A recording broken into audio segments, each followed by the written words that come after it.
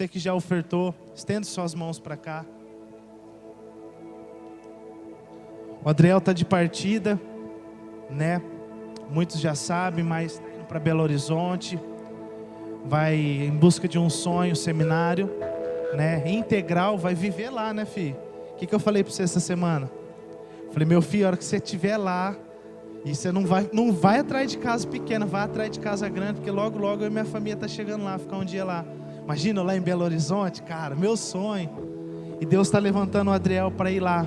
É uma porta, você jovem, imagina tirar suas férias e ir lá no clamor pelas nações. Não vai precisar pagar hotel, vai estar tudo na casa do Adriel lá.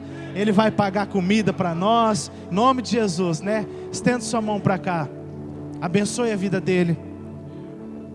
Que essa palavra dessa noite venha mudar a nossa vida. Pai, em nome de Jesus, nós estamos aqui, ó Deus, diante da Tua santidade, Pai. E nós não atreveríamos, ó Deus, chegar de qualquer jeito. E o Senhor, ó Deus, preparou este momento para nós ouvirmos uma palavra, Senhor, que vai sair da vida do Teu servo. Meu Deus, que ele seja canal de bênção. E eu como pastor, ó Deus, eu delego agora toda a autoridade dos céus dessa igreja ao Teu Filho, Pai.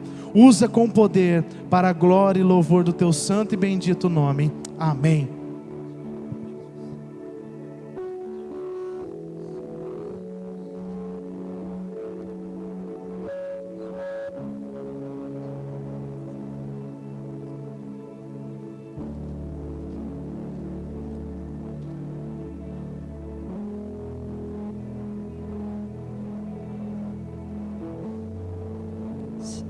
Amém. Boa noite a todos. Paz seja em seus corações. Queria já também deixar o meu abraço a todos vocês, a toda essa juventude Fire. Se tudo sair como planejado, realmente essa semana estou de partida para aquilo que Deus tem para minha vida. Para quem me conhece sabe do meu sonho, do meu chamado, daquilo que eu carrego, que arde dentro de mim. E deixo aqui o meu abraço a todos vocês, a toda essa juventude.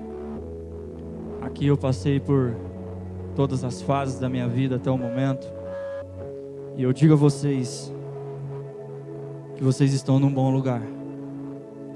Vocês estão debaixo de uma excelente liderança. Amém? Eu queria que quem trouxe a sua Bíblia abrisse comigo no Evangelho de Lucas, capítulo de número 7, versículo de número 36. Desde já agradeço o Gui, Letícia, pela confiança. A você que está em casa, que Deus abençoe a sua vida, a sua família, e que você atente os teus ouvidos àquilo que vai ser ministrado aqui nessa noite, e que você possa receber dos céus a bênção que você precisa. Evangelho de Lucas, capítulo de número 7, versículo de número 36. Antes de nós lermos, eu queria que todos aqui fechassem os teus olhos. Todos fechassem os teus olhos. Santo, santo, santo é teu nome, Jesus. E eu queria que você refletisse sobre a sua vida.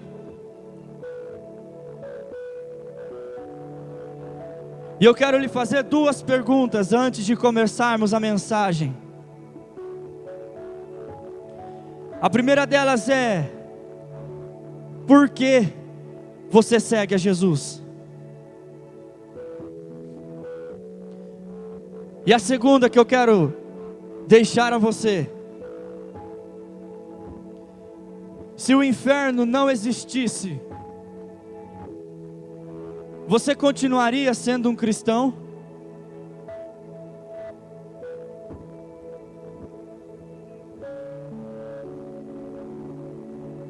Reflete aí.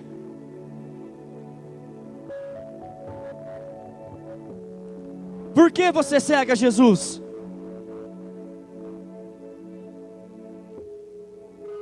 Por que você está com Ele? Ou por que você diz que segue a Jesus? E a segunda pergunta é: se o inferno não existisse, você continuaria sendo um cristão?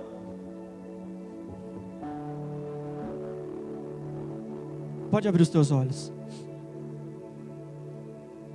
O porquê que você perguntou isso, Adriel? Vocês podem estar se perguntando. Vocês vão entender já já. Então quem está com a Bíblia aberta aí, vamos ler. Lucas 7,36 nos diz sobre a pecadora que ungiu os pés do Senhor. E antes de entrarmos nesse texto, eu quero que você entenda algo.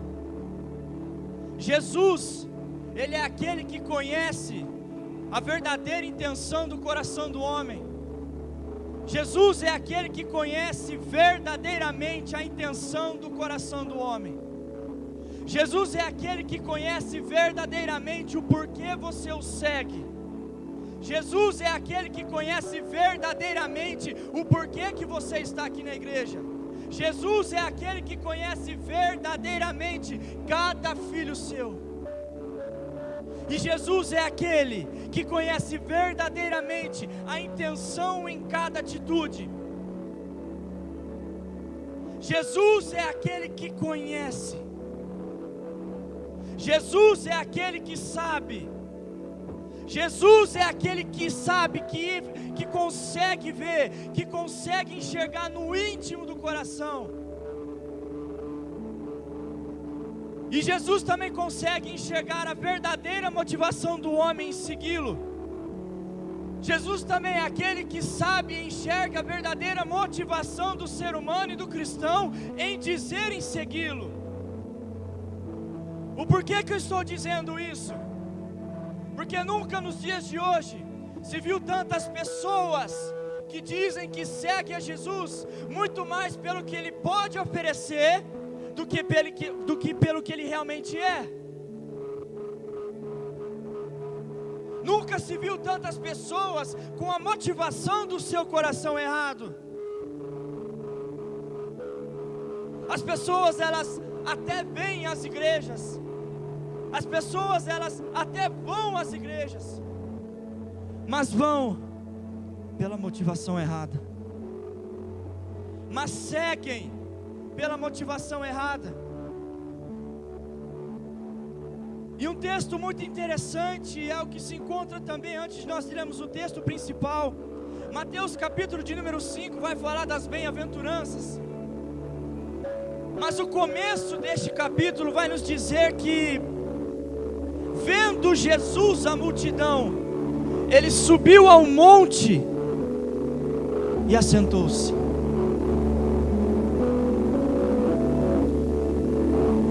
Se pararmos para analisarmos e fazermos uma analogia aqui, o texto vai continuar dizendo depois, você pode ler na sua casa, Evangelho de Mateus capítulo 5, que os discípulos se achegam perto de Jesus ali, e a partir disso, Jesus ele começa a falar as bem-aventuranças. Mas o interessante é que Jesus ele se afasta, ele sobe ao monte sozinho. Imagine só uma multidão, como nós estamos aqui hoje, e Jesus, ele vendo, ele sabendo da intenção do coração de cada um, ele se afasta. Ou seja, Jesus ele conhecia quem realmente estava ali, somente por interesse, ou quem estava ali, somente pelo que ele é. Um exemplo de que Jesus ele conhece os nossos corações se encontra em Lucas 18:18, a passagem do jovem rico. O versículo 23 vai nos dizer que depois de Jesus ter dito as palavras a ele, o jovem diz assim: ouvindo ele isso, encheu-lhe o seu coração de tristeza, porque era muito rico. Todos aqui conhecem esse texto. O jovem chega diante de Jesus: Jesus, o que eu preciso fazer para seguir? E Jesus ele vai no íntimo para poder adiantar. Ele vai no íntimo do coração daquele jovem. Olha, vende tudo que tens, reparte aos demais e me segue. E o que o jovem fez?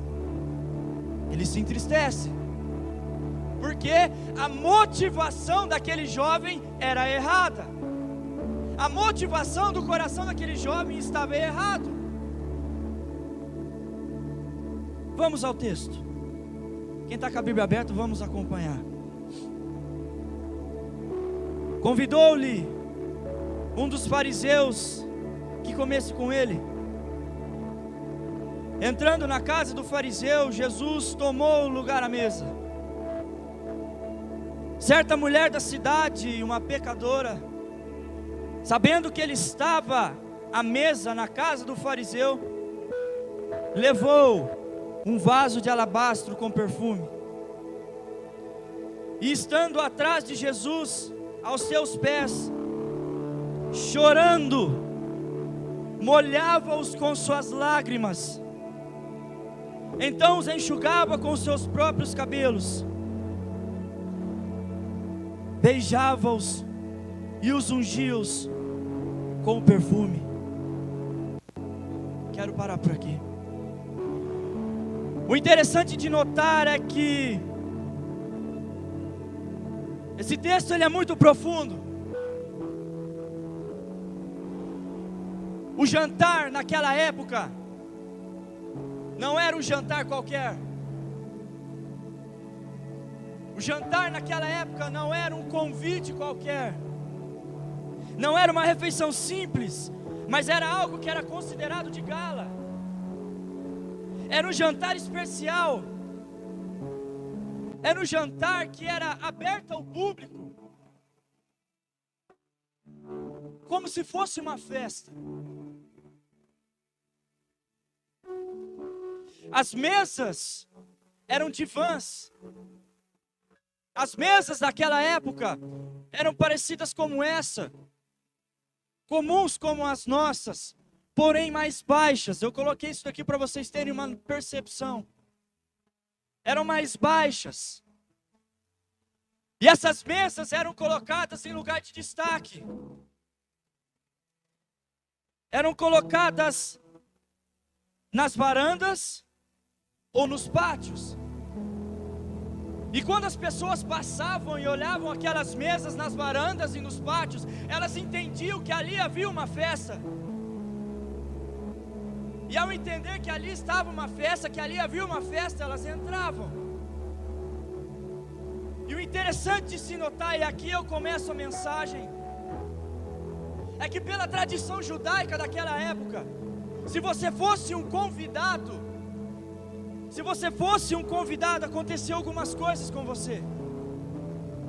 Primeira, a pessoa que era convidada para aquela festa, ao chegar na casa, a primeira coisa que era feita, o dono da casa era pedir ao seu servo que lavasse os pés do seu convidado. Ou seja, uma pessoa que era convidada, quando ela se achegava naquela casa, quando ela colocava os teus pés, a primeira atitude do dono daquela casa era pedir ao seu servo que lavasse os seus pés.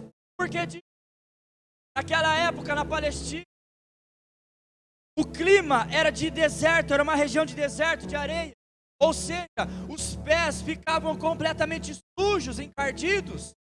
Naquela época se usavam sandálias, não tênis como os. Então a pessoa, quando se chegava à casa, os seus pés estavam sujos.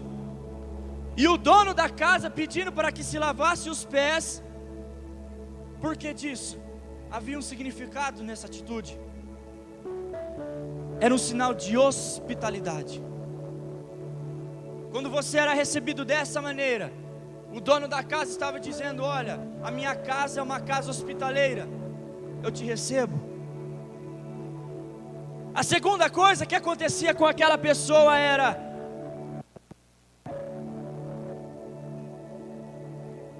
dar o ósculo santo. Quem é que sabe o que é o ósculo santo? Quem é que não sabe o que é o ósculo santo? Não sabe? O ósculo santo era o beijo no rosto ou o beijo na testa, ok? A segunda atitude, depois de ter lavado os pés, era o ósculo santo. O beijo na testa. Isto simbolizava que aquela pessoa era uma pessoa especial. Que além de bem-vindo, era uma pessoa especial naquela casa. A terceira atitude do dono daquela casa, do dono da festa, era ungir a testa com azeite. O azeite simboliza a alegria. Ou seja, ao ungir a testa daquele convidado, você demonstrava que você estava alegre por receber aquela pessoa. Você demonstrava alegria.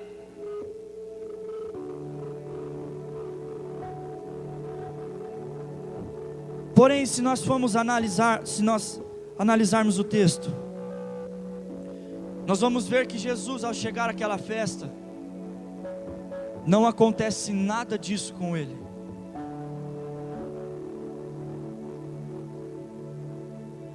Jesus estava com os discípulos e no começo do texto você pode perceber que fala assim: convidou-lhe um dos fariseus que comesse com ele. Jesus, ele não foi tido como convidado especial.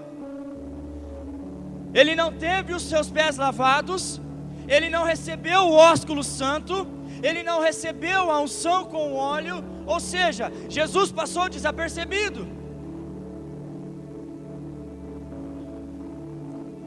Jesus passou desapercebido.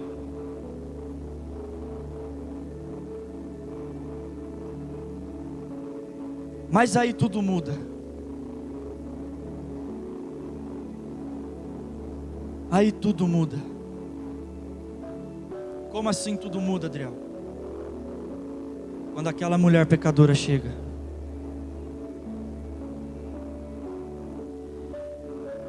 Se nós formos ver o contexto histórico, para ser chamada de pecadora, aquela mulher era muito provavelmente uma prostituta. Pelo contexto histórico, deixe-me esclarecer bem isso. A Bíblia não fala, o chama de mulher pecadora, porém pelo contexto histórico, para ser chamada de pecadora, muito provável que ela era uma prostituta.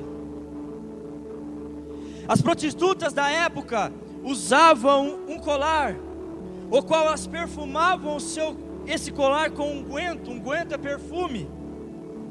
E esse perfume ele era caríssimo. Ele equivalia a aproximadamente 300 dias de trabalho. Ou seja, era algo muito caro, era algo muito valioso. E elas passavam esse unguento para poder chamar a atenção dos homens em si.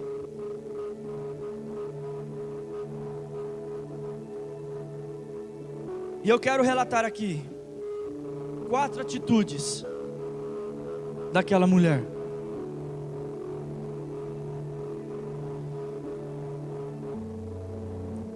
O primeiro deles é que nos relata que ela regou os seus pés com lágrimas. E isso não aconteceu por causa das pessoas que estavam ali, porque imagine o contexto. Havia uma festa, haviam várias pessoas ali. As pessoas certamente sabiam que aquela mulher era uma prostituta. Estando em um lugar público, muito provavelmente o que acontecia? Havia comentários paralelos. Está vendo ali? Uma prostituta. Está vendo aquela mulher ali? Olha lá, a prostituta está ali, ó. Está vendo aquela mulher ali? Ei, é uma prostituta, ela está ali. Mas o seu choro não era por causa desses tipos de comentários. Vocês vão entender o que eu estou querendo dizer.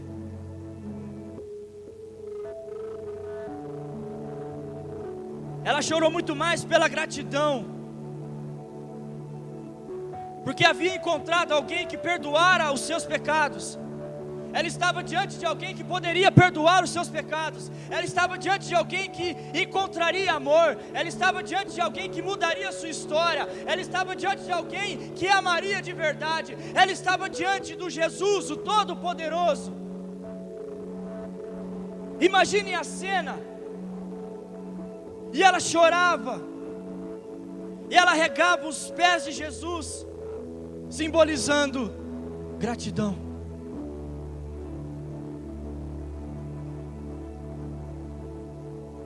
A segunda atitude daquela mulher é que ela enxugou as suas lágrimas com o seu cabelo. A Bíblia menciona que ela leva um vaso de alabastro, ou seja, ela leva o vaso do seu melhor perfume que ela tinha. Mas ela não leva nenhuma toalha. É como se ela, fazendo uma analogia, olha, eu estou aqui, ela olha para o lado, ela não enxerga nada para poder enxugar os pés de Jesus. E ela então solta os seus cabelos e começa com os seus cabelos a enxugar os pés de Jesus.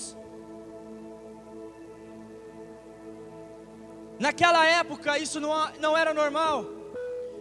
Isso simbolizava intimidade. Naquela época uma mulher judia, no ato de soltar os cabelos, era um sinal de intimidade com a pessoa. Ou seja, era como se ela pudesse fazer isso somente com o seu marido. Somente o seu marido poderia receber algo parecido. E ela solta os seus cabelos e começa a enxugar os pés de Jesus. A terceira atitude daquela mulher foi beijar os seus pés. Ao ter essa atitude, era como se ela estivesse dizendo: mestre, tu és sempre bem-vindo em minha casa, tu és sempre bem-vindo na minha vida e no meu coração. E a quarta atitude daquela mulher é que ela ungiu os pés do Senhor.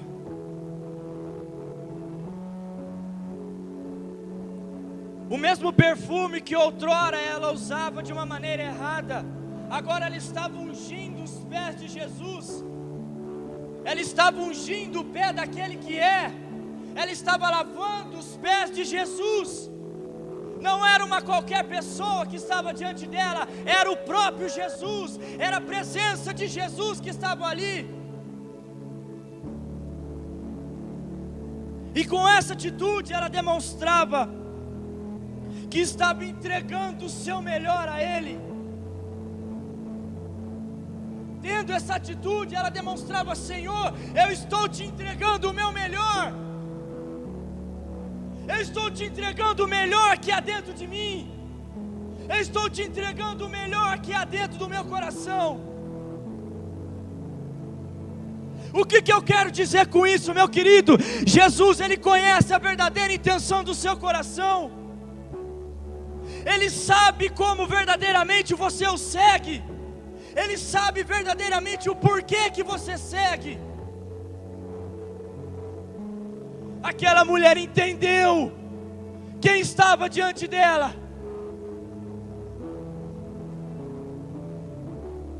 Ela entendeu quem estava diante dela. Ela estava o adorando pelo que Ele é, e não pelo que Ele poderia fazer. Ela estava o adorando da sua melhor maneira. Ela estava entregando o seu melhor diante de Jesus. Tudo que o dono da casa não fez, aquela mulher, no seu ato de simplicidade, ela estava fazendo.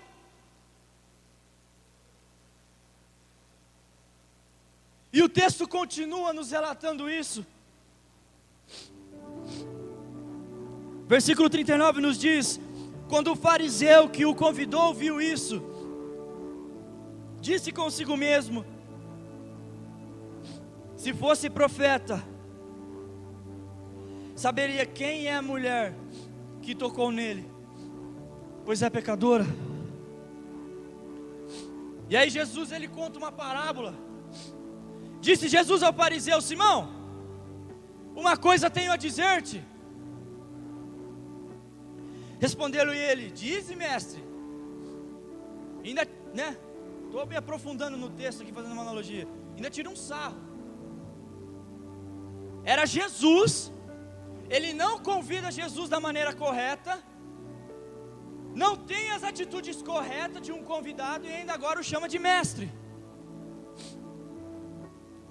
E no versículo 41 Jesus nos diz: Um credor tinha 2 devedores, um lhe devia 500 denários e outro 50. Não tendo eles como pagar, perdoou-lhe ambos. Ora, o qual deles amará mais? Respondeu-lhe Simão: tenho para mim que é aquele que mais perdoou. Disse-lhe Jesus: julgaste bem. Então, voltando-se para a mulher, olha que interessante. Jesus é maravilhoso, gente. Vendo toda a atitude do dono da festa e toda a atitude daquela mulher, ele agora diz: vês tu essa mulher? Entrei em tua casa e não me deste água para os pés. Esta mulher, porém, molhou-me com as lágrimas os meus pés e o enxugou com seus cabelos.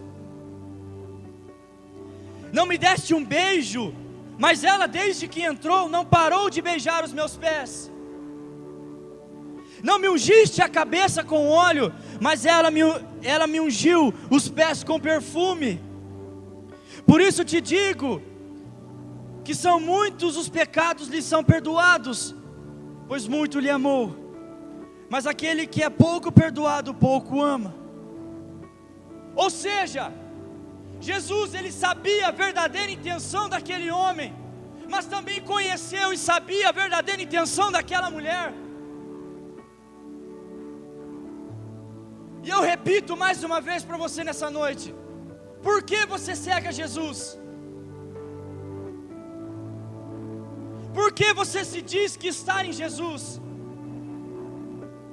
É pelo que Ele pode te oferecer? É pelo que Ele pode fazer? É claro que Ele pode. Jesus, Ele tem todo o poder nas suas mãos. Mas se essa for a intenção do seu coração, a sua motivação está errada. E eu quero te dizer uma coisa: Jesus não é balcão de cantina que você chega, pede o que quer, vira as costas e vai embora.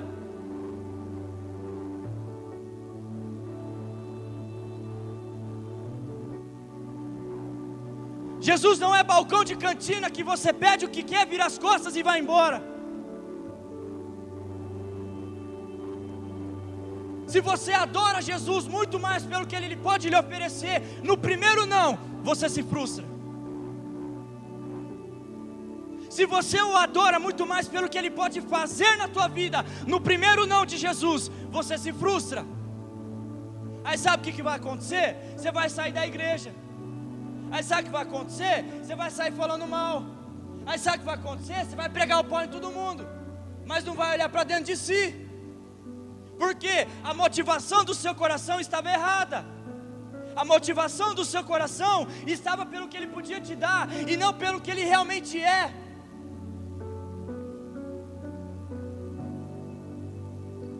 Por que você segue a Jesus?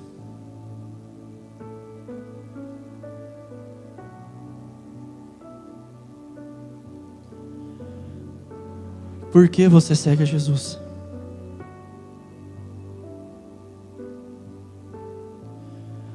Meus queridos,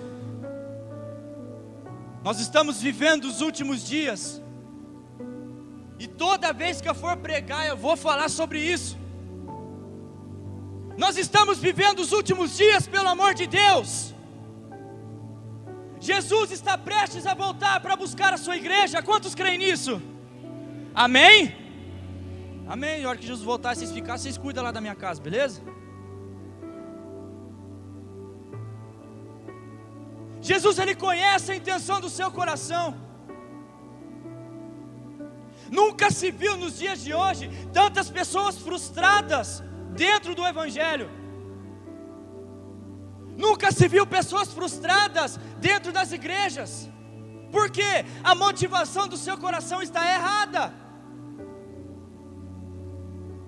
Isso não quer dizer que estamos isentos de passar por momentos difíceis. Quero abrir um parênteses aqui. Isso não quer dizer que na caminhada cristã você vai estar isento de passar por momentos difíceis, que você vai deixar de padecer, porque a caminhada cristã, ela não é fácil.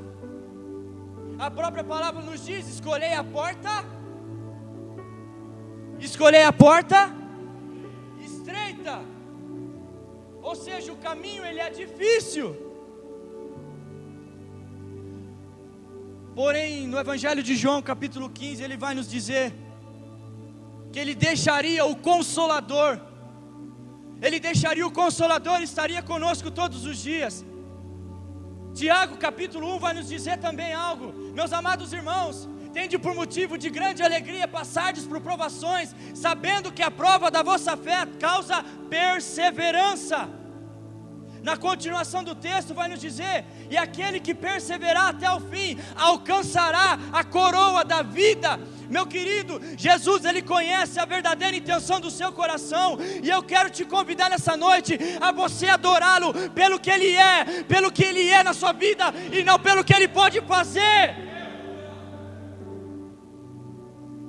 Mude a motivação do seu coração. Você se lembra da segunda pergunta que eu fiz? Vou refazer de novo. Se o inferno não existisse, você continuaria sendo um cristão? Não responde não, pensa aí. Reflete aí. Eu quero te dizer algo. Se por um segundo em teu coração você teve dúvida, é muito provável que você não tenha nascido de novo. Porque se você busca Jesus, porque você tem medo, porque o que acontece hoje também é muito isso, o evangelho do terror. É claro que o inferno existe, é claro que o inferno ele está no fim de uma vida sem Cristo,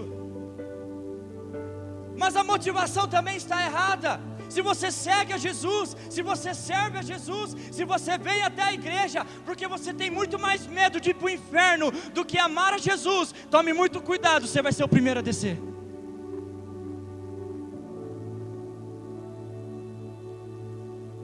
Se a motivação do seu coração é seguir a Jesus, por medo de ir para o inferno, tome muito cuidado, você vai ser o primeiro a descer. A motivação do seu coração deve estar em adorar a Jesus pelo que Ele é e pelo que Ele já fez na sua vida. Quantos aqui podem dizer que tem um testemunho, que teve a vida transformada pelo poder de Jesus? Quantos aqui? Poucos assim? Quem mais? Quantos podem dizer: Adriel, eu tive a minha vida transformada, eu tive a minha vida transformada por Jesus?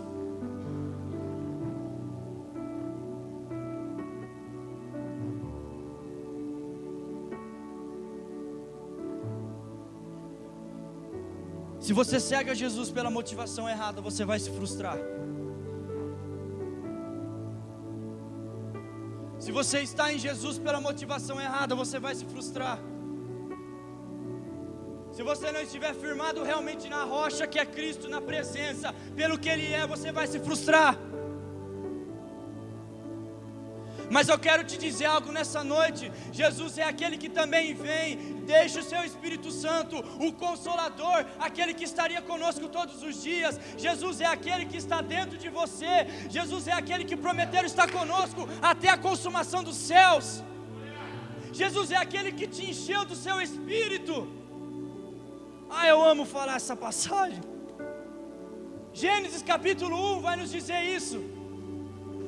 Deus, quando Ele cria o homem, se nós formos lermos os textos originais, Gênesis 1:26 vai nos dizer, pode ler na sua casa: façamos o homem à nossa imagem, conforme a nossa semelhança. Se você for pegar os originais desse texto, vai nos dizer que Jesus, Ele cria, Ele forma o homem com a capacidade de armazenar algo dentro. Vamos dizer que é isso aqui. Ele cria, Ele dá formato ao homem com a capacidade de armazenar algo dentro. No capítulo 2, versículo 7, Ele nos diz com que Ele enche esse vaso. Soprou-lhes o fôlego de vida.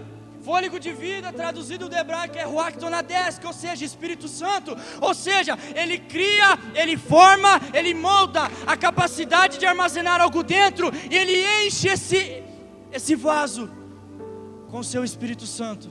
Eu quero te dizer uma coisa nessa noite: pare de ficar enchendo a sua vida com outras coisas, pare de ficar enchendo o seu coração com outras coisas. Você foi feito para ser cheio do Espírito Santo, você foi criado para ser cheio dele, você foi feito somente para a presença dele. É por isso que a juventude está frustrada, é por isso que os adolescentes estão frustrados, porque eles tentam preencher a sua vida com outras coisas, mas somente a presença de Jesus pode preencher totalmente o coração do homem.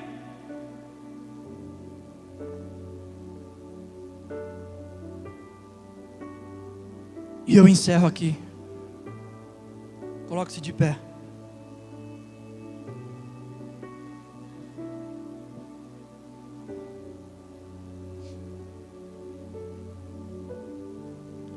Se puder apagar as luzes, fazendo um favor.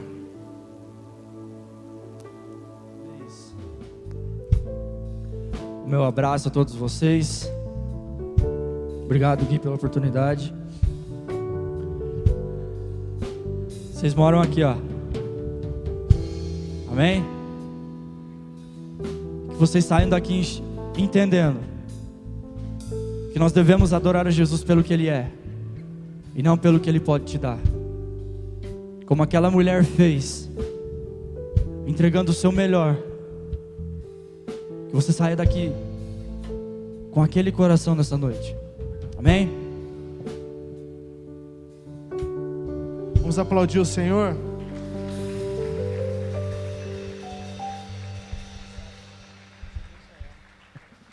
Amém? Senta aí, querido, rapidinho para nós encerrarmos. Rapidinho, abre sua Bíblia aí. Brincadeira. Glória a Deus.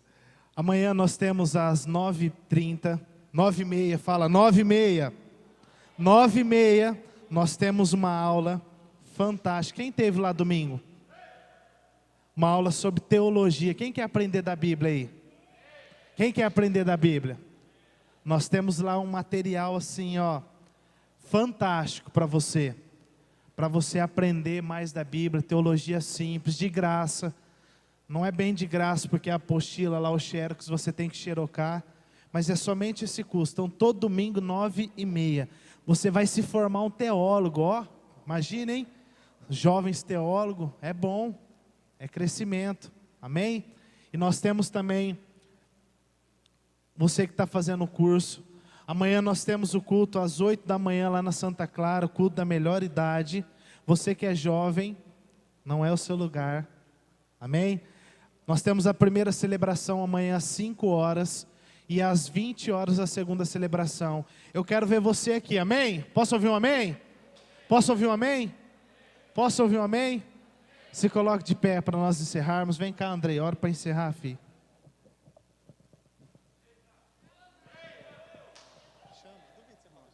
Chama, vamos.